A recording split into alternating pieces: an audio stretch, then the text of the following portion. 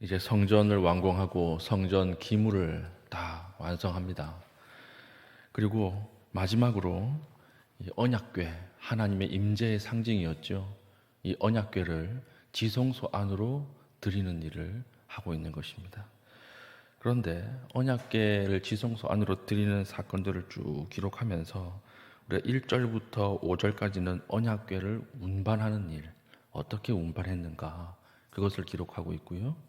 6절부터 9절까지는 지성소에 이제 언약궤를 안치하는 그런 사건들을 기록하고 있고 10절, 11절은 그 언약궤 위에 하나님의 임재의 상징으로 그 영광이 가득하였다. 그 이제 성전이 완성이 된 것이죠. 이 본문을 쭉 보면서 제 마음을 탁 찌르는 한 구절이 있어요. 3절입니다. 이스라엘 장로들이 다 이름에 제사장들이 궤를 매니라.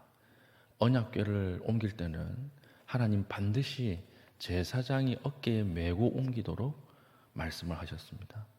오늘 이 구절을 딱 보는데요. 두려웠을까요? 두렵지 않았을까요? 굉장히 두려웠을 것입니다. 왜냐하면 어깨에 메고 옮기지 않다가 큰 낭패를 본 적이 한 번 있었죠. 이 언약궤가 아비나답의 집에 30년간 머물러 있을 때가 있었습니다. 아비나답의 집에 30년간 첫날 들어오는 그날에 아비나답이 아주 두려운 마음으로 언약궤를 받았어요. 근데 그 아이들 장성하고 그 아이들의 이름이 우사와 아효라는 사람인데 이 사람들이 자라면서 언약궤를 보고 자라는 거예요. 그러면서 무엇을 상실했습니까? 하나님에 대한 두려움을 상실했던 거예요. 하나님의 임재의 영광에 대한 두려움과 떨림을 상실했던 것입니다. 아무 일도 일어나지 않거든요. 그러니까 언약궤를 옮길 때 30년 후에 아비나답의 집에서 언약궤가 나올 때 이것을 어디에 실어서 옮기죠? 수에, 소가 끄는 수레에 실어서 옮기거든요. 그런데 소가 끄는 수레에 실어서 옮기는 것은 이것은 블레셋의 방식이었어요.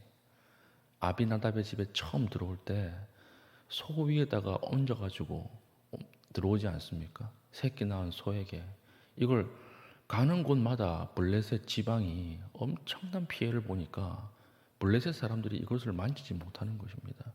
그래서 새끼 낳은 소에다가 실어가지고 어디로 가는지 보자 이렇게 보니까 이 소가 울면서 누구 집으로 들어온 것입니까? 아비나답의 집으로 들어오는 거예요. 그러니까 30년 동안 이 우사와 아효는 하나님의 임재에 대한 두려움을 상실한 채로 마지막에는 반드시 제사장이 메어야 하는 이 언약궤를 소에다가 수레에 싣고 옮겼어요. 근데 이 소가 한번 뛰니까 어떤 행동을 하죠? 이 손으로 잡다가 그 자리에서 또 죽음을 당하는 그런 일이 있었죠. 이 큰 일을 겪고 난 다음에 솔로몬이 언약궤를 옮길 때는 어떻게 옮겼어요? 3절. 이스라엘 장로들이 다 이름에 다 모여서 제사장들이 궤를 매니라. 아주 두려운 마음으로 궤를 옮겼을 것입니다. 우리가 하나님 앞에 경건을 유지하는 가장 큰 비결이 무엇일까요? 두려움을 회복하는 것입니다. 오늘 우리는 하나님 앞에 나갈 때 너무 친구처럼 나가고 너무 아무런 거리낌 없이 나가지만 그러나 우리의 경건을 계속해서 유지하고 경건을 계속 강화시키는 방식은 따로 있어요. 하나님 주신 두려움을 유지하는 것입니다.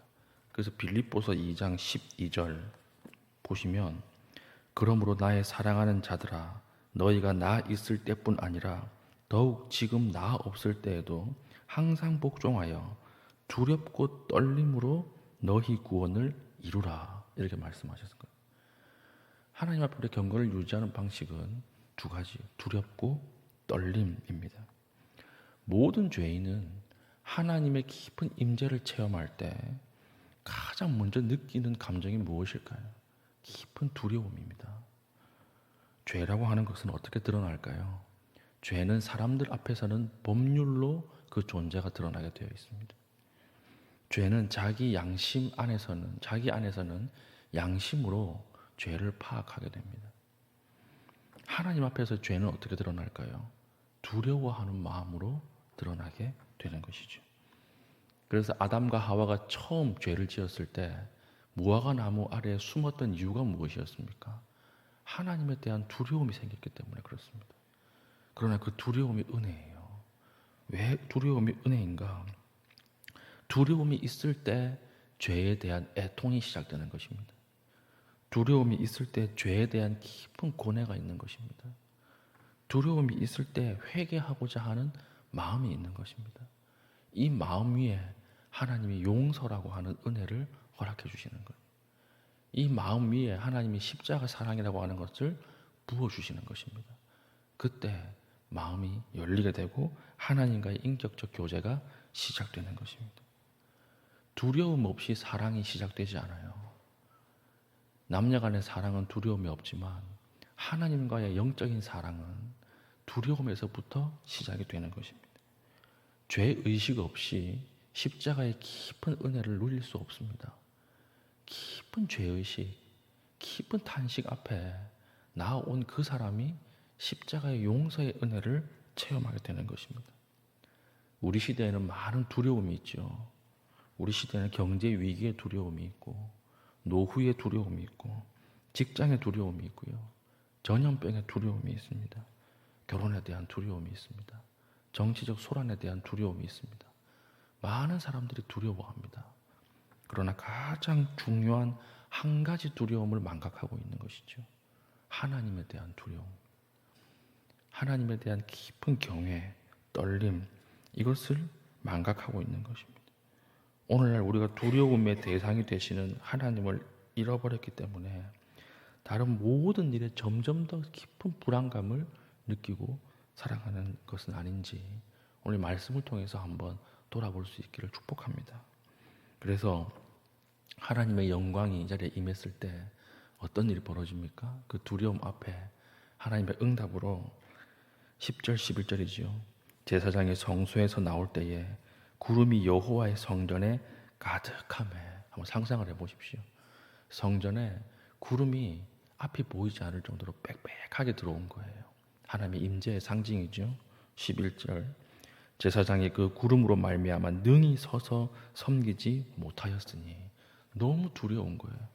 너무나 경외스러운 마음이 생기는 것입니다.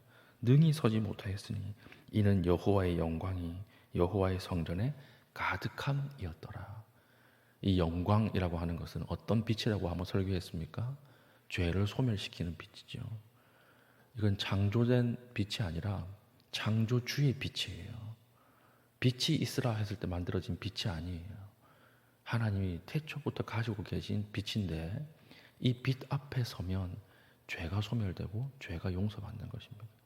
하나님의 임재의 체험을 경험한 제사장이 그 임재에 대한 두려움 앞에서 하나님 앞에 깊이 경외하는 자리로 나아갔다. 이렇게 오늘 본문은 마무리되고 있습니다. 오늘 우리 두려움이 있으십니까? 하나님을 두려워하면 사람이 두렵지 않아요. 그러나 하나님에 대한 두려움이 사라진 그 사람에게 세상의 두려움이 찾아옵니다. 오늘 우리에게 두려움은 무엇입니까? 오늘 우리가 진짜 두려워해야 할 분은 누구입니까? 오늘 하나님 앞에 하나님에 대한 경외, 하나님에 대한 떨림, 이것을 회복하여서 세상의 모든 두려움을 딛고 일어서는 귀한 신실한 주의 백성 될 수 있기를 축복합니다. 아멘. 같이 기도하겠습니다. 기도할 때 하나님, 시대의 불안과 혼돈을 넘어서길 바랍니다. 하나님, 많은 모든 두려움 때문에 진정한 하나님에 대한 경외를 잃어버리고 살았습니다. 오늘 기도하는 가운데 회복될 수 있게 하여 주시옵소서. 하나님에 대한 두려움과 떨림이 회복되어서 하나님 앞에 하나님 주시는 은혜와 용서의 체험을 하게 하여 주시옵소서. 기도하신 이후에 개인적인 기도의 제목을 가지고 기도하시고 자유롭게 돌아가시겠습니다.